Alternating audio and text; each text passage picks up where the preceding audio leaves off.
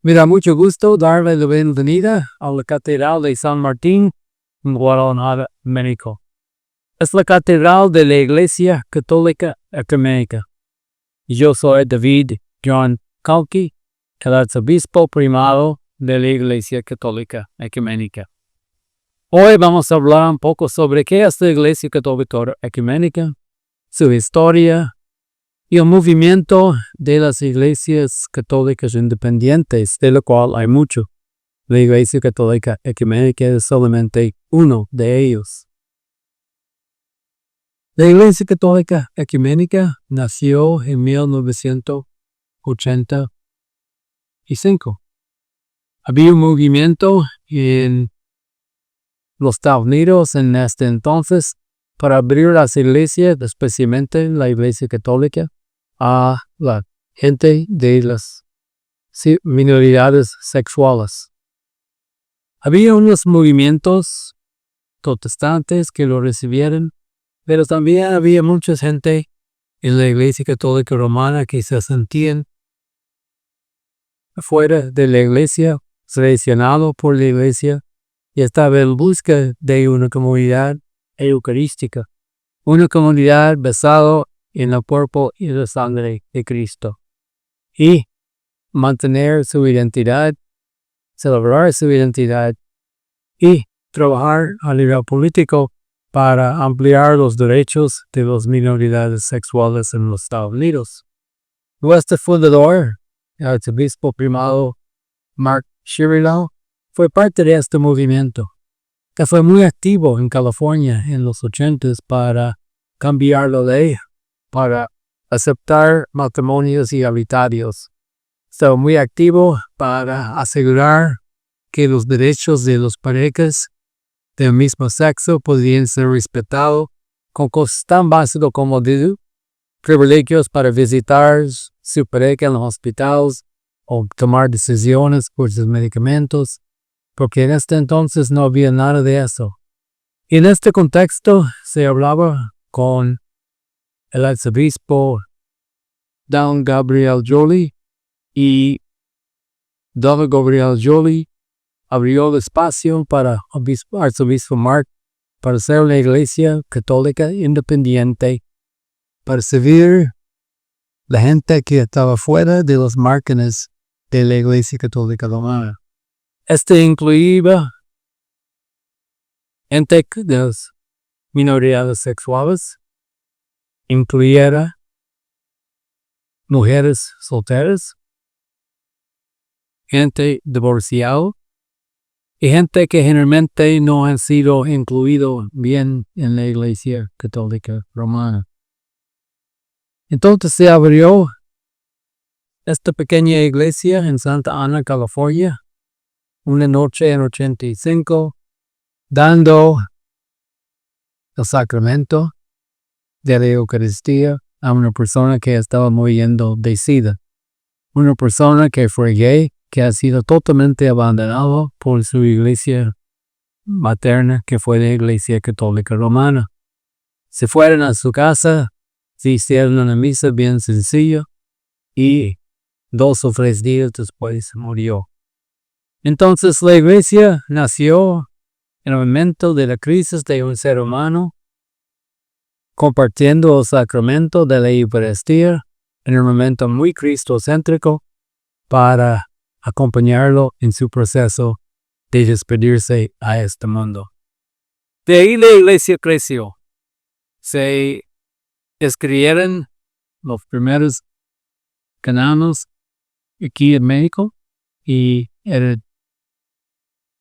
depositado con el Departamento del Estado de California en 1987 y fue aceptado y fundado legalmente. Desde entonces la iglesia no quedó solamente en California, pero creció.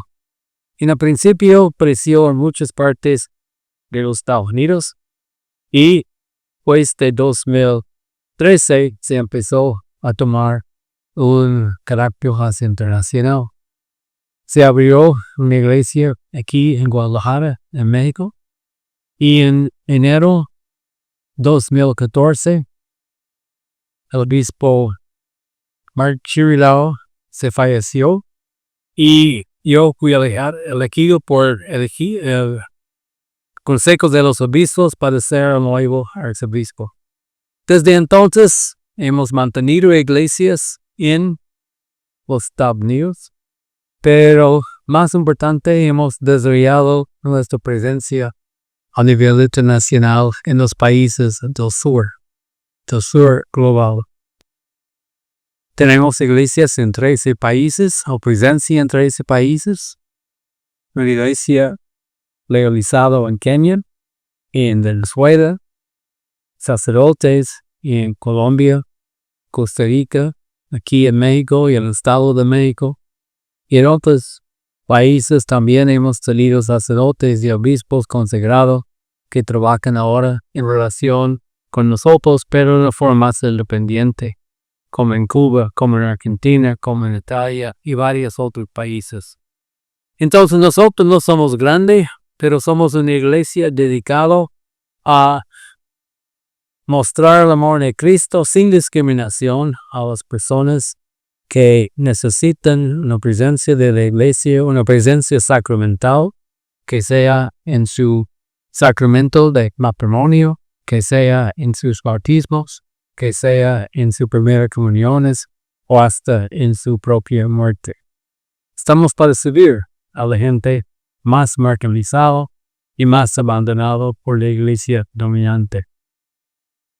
Es muy impresionante, muy emotivo para trabajar con gente de minoridades sexuales cuando ellos descubren que hay una iglesia que puede aceptarlo, bautizar a sus niños, celebrar su matrimonio o dar la primera comunión a sus niños o niñas. Muy impresionante cuando viene una mujer divorciada por varios años para recibir el cuerpo y la sangre de Cristo. Hasta he visto lágrimas en los ojos de gente por ser recibido en una iglesia independiente donde el Cristo está vivo en el sacramento, donde Cristo está vivo escondido en el pan.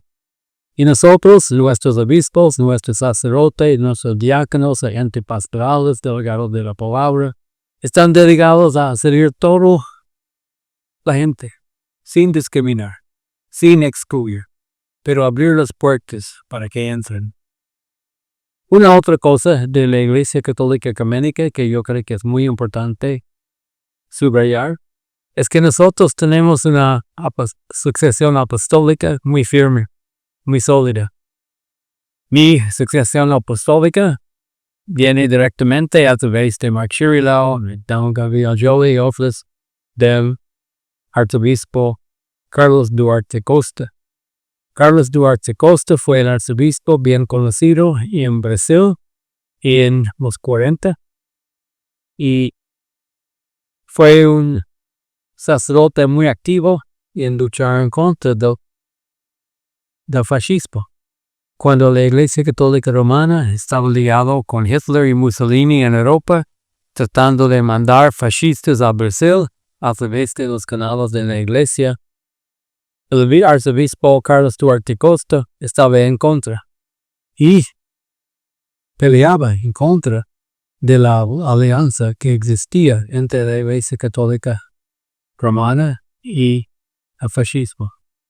Por eso tenía problemas con la Iglesia Católica Romana, fue excomulgado, pasó como un año en la cárcel por su activismo en contra del fascismo y después logró fundar varias iglesias independientes en Brasil con la tradición católica, con la historia de muchos de los santos de la Iglesia Católica Romana, pero una Iglesia Católica independiente. ¿Qué quiere decir independiente? Quiere decir que las iglesias católicas independientes no están bajo el control ni del poder del Vaticano. Para nosotros, el obispo Leo XIV es el obispo de Roma. Nosotros no aceptamos el concepto del Papa porque el Papa es un hombre como cualquier, un obispo como cualquier, y su jurisdicción es Roma.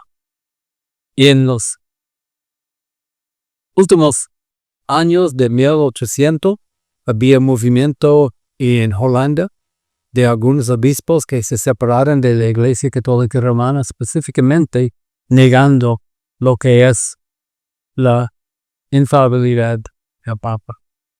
Y con eso nosotros quedamos con este concepto de una Iglesia Católica independiente, con sucesión apostólica, con derecho de celebrar los sacramentos válidos, aunque no están aceptados por la Iglesia Católica Romana, pero son válidos.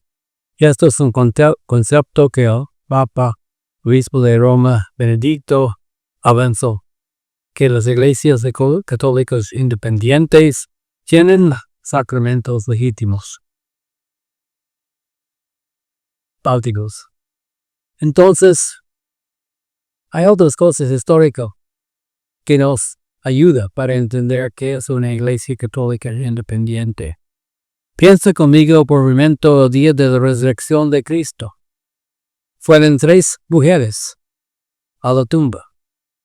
María, su madre, María Magdalena, Salomé. Encontraron la tumba vacía. Se fueron para iniciar un proceso de anunciar el poder de la vida sobre la muerte. Empezaron a predicar lo que es la resurrección de Jesús. Y de ahí se empezó a formar en Jerusalén, no en Roma, en Jerusalén, una iglesia. El primer obispo fue Santiago, que fue el hermano de Jesús. Y él formó una pequeña iglesia en Jerusalén. Muy activo en esta iglesia, María, la madre de Jesús, y María Magdalena. Por muchos años ellos trabajaban para servir a los pobres, para servir a la gente con necesidades. Ahí se combinó lo que fue la vida sacramental con el servicio al pobre. En nuestras iglesias, en muchas partes del mundo, tenemos esta misma relación entre el pan del altar y el pan de la calle. Estamos involucrados en prevenir los pobres, no solamente en términos de caridad falsa, pero organizarlos para recuperar derechos o para organizarlos para vivir mejor. Aquí en Guadalajara trabajamos con migrantes. Ofrecemos lunches a migrantes, ropas a los migrantes, pero también otros servicios que podemos ofrecer. Y esto se repite en varias iglesias en varios contextos. En Kenia tenemos un proyecto bastante amplio en salud, donde se trabaja con gente que son huérfanos de padres que han muerto de la SIDA, y estamos muy involucrados en vincular lo que es la misa con la vida diaria. ¿Cómo podemos compartir el amor de Jesús? En una forma sacramental, en una forma católica, con raíces históricas, basado en los primeros 7 concilios de la Iglesia, y eso es nuestra misión. Esto es nuestro trabajo. Te invito para visitar nuestra página de web, que se puede ver ahora en el video, y conocernos. Si quieres contactarnos, se puede contactar en lo que están de contactarnos y podemos estar en comunicación. Si sientes que hay una vocación o si tienes unas preguntas sobre tu fe como una persona en la tradición católica, aquí estamos para escucharte y compartir el amor de Cristo. Muchas gracias.